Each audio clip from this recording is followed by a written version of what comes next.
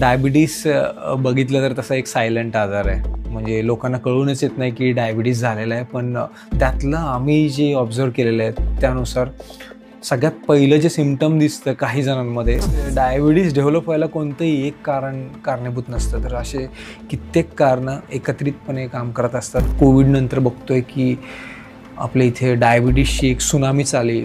खूप ह्याच्यामध्ये प्रमाण वाढत गेलेलं आहे. नुसतंच डायबिटीस नाही तर डायबिटीसमुळं मेंटल हेल्थ कंडिशन्सही लोकांमध्ये फॉर्म होत चाललेले आहेत. सो डायबिटीज आणि मेंटल हेल्थचं असं काय कनेक्शन आहे किंवा त्याचाही तो एक परिणाम होतो का? म्हणजे ज्यांनाही डायबिटीस आहे अशा लोकांना 17% चान्सेस वाढलेले असतात की त्यांना डिप्रेशन डेव्हलप होऊ शकतं, आणि ज्यांना डिप्रेशन आहे अशा लोकांना 45% शक्यता वाढलेली असते की त्यांना डायबिटीस डेव्हलप होऊ शकतो. असे खूप मिसकन्सेप्शन्स आहेत की फक्त गोड खाल्ल्यानेच डायबिटीज होतं किंवा गोड जास्ती खाऊ नये. जसं जसं वजन वाढत जातं तसं त्यांच्या चान्सेस वाढतात की त्यांना डायबिटीस डेव्हलप होऊ शकतो.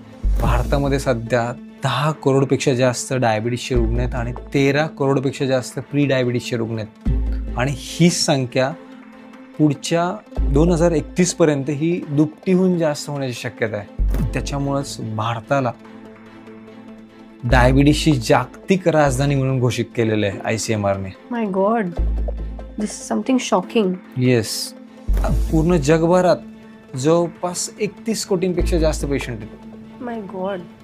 सो हे खरंच शक्य आहे का डायबिटीज रिव्हर्सल, आणि तुम्ही ही जर्नी कसं केली? आय मीन डायबिटीस रिव्हर्सल नक्कीच पॉसिबल आहे, आणि त्याचं बेस्ट एक्झाम्पल मी आहे.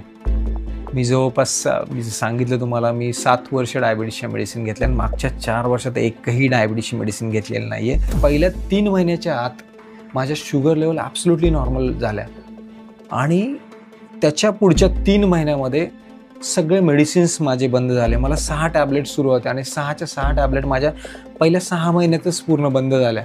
आम्ही आत्ता जगभरातल्या जवळपास हजारोपेक्षा जास्त लोकांना त्यांचा शुगर लेवल मॅनेज करायला, डायबिटीस मॅनेज करायला, डायबिटीस रिव्हर्स करायला मदत केलेली आहे.